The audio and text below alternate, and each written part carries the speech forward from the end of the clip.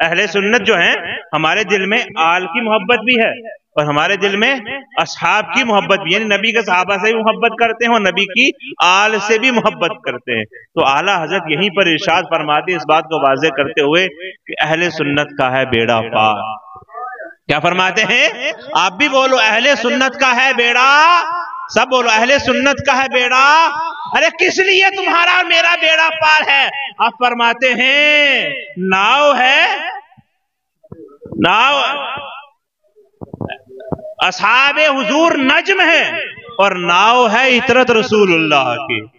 اچھا یہ نجم اور عطرت کیا ہے میں ایک بار سمجھانا چاہتا ہوں ناؤ کے بارے میں کہ حضور نے فرمایا اصحابی کا نجوم فَبِأَيِّهِمْ اِقْتَدَيْتُمْ اِهْتَدَيْتُمْ کہ میرے صحابہ ستاروں کی مانند ہیں، میرے صحابہ ستاروں کی مانند ہیں، جو ان میں سے کسی کی پیروی کرے گا وہ ہدایت پا جائے گا، جو ان میں سے پیچھے چلے گا کسی صحابی کے وہ کامیابی پا جائے گا۔ لیکن دوسرے مقام پر حضور نے یہ بھی ارشاد فرمایا کہ میرے اہل بیت کی مثال حضرت نوح علیہ السلام کی کشتی کی طرح ہے۔ اس کی طرح ہے، اگر آپ نے یہ معاملہ پڑھا ہو جب بھی ٹھیک، اور اگر آپ نے یہ معاملہ نہ پڑھا ہو تو جب بھی ٹھیک۔ میں بتا دیتا ہوں، درود پاک پڑھ لیجئے۔ ہمارا ایک ساتھی سرگنگا رام میں ہے، ہو سکتا ہے کچھ ایمرجنسی ہو۔ جی بیٹے، جی بیٹے، وعلیکم السلام۔ جی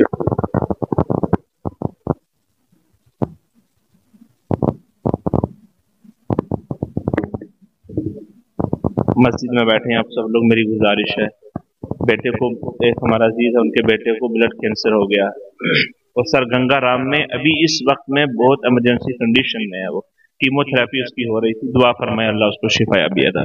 18 سالہ جوان بچہ ہے، 18 سال، اللہ اس کو شفا عطا فرمائے۔ تو میں آپ کو بتا دیتا ہوں، کشتی جو ہے، جو ناؤ جو ہے وہ جب چلتی ہے تو کیا روڈ پر چلتی ہے؟ پانی پر؟ پھر پانی پر راستہ کیسے پتہ چلتا ہے؟ اور یہ پانی پر راستہ کیسے پتہ چلتا ہے؟ آپ سرچ کر کے دیکھ لیجئے، آپ اس کے اوپر باقاعدہ اپنا مطالعہ کریے، پتہ چل جائے گا کہ جب ناؤ چلتی ہے لمبے سفر پر، یہی نہیں کہ آپ اپنے ڈائر میں جا کر کچی رکھ کہو گے جیسے ادھر جانا تھا ستاروں کی کیا ضرورت ہے۔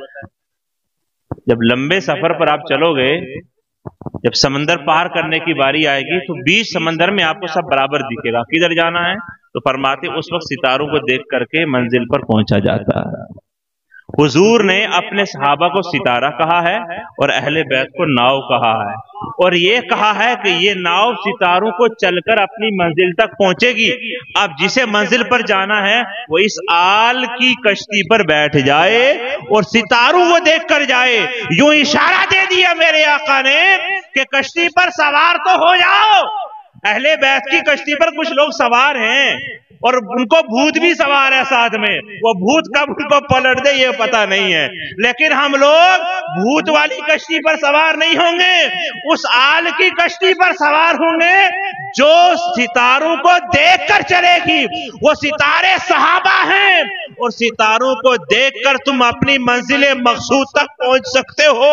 یعنی بتانے کا مقصد یہ کہ اگر دل کے ایک طرف نبی کی آل ہے تو دوسری طرف نبی کے اصحاب ہونے چاہیے۔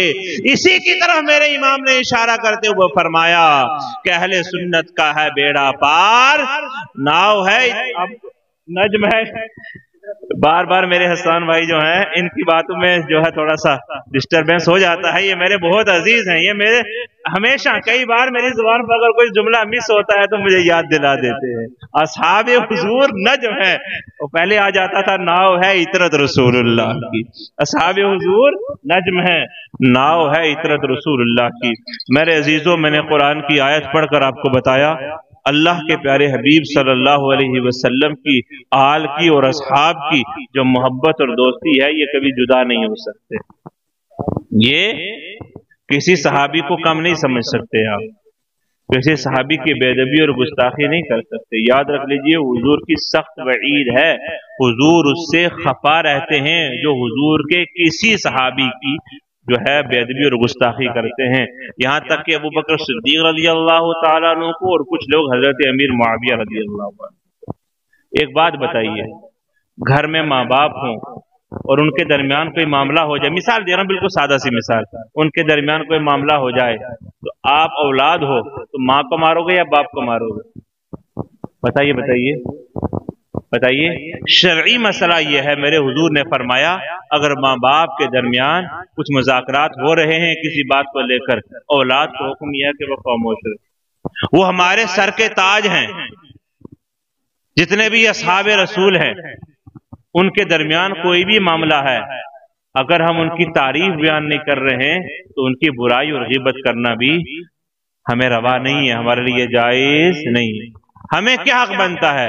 بڑوں کی باتیں ہیں، مان لیجیے اگر آپ نے اور میں نے لڑ لیے اس بات پر اور جھگڑ لیے تو بتاؤ کیا نتیجہ نکلا؟ کیا تم نے ساری کتابیں بدل دی؟ کیا تم نے قرآن پاک کے حکمات کو تبدیل کر دیا یا سارے علماء کی زبانوں کو خاموش کر دیا؟ کچھ نہیں ہوا نا، فتنہ ہی تو بڑا، فساد ہی تو بڑا، برائی نہیں تو جنم لیا۔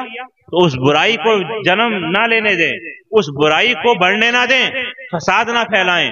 ہمارا تمہارا بس یہی فرض بنتا ہے کہ وہ بڑوں کی باتیں تھی جو ان میں ہوا ان کے حوالے کر دیجئے۔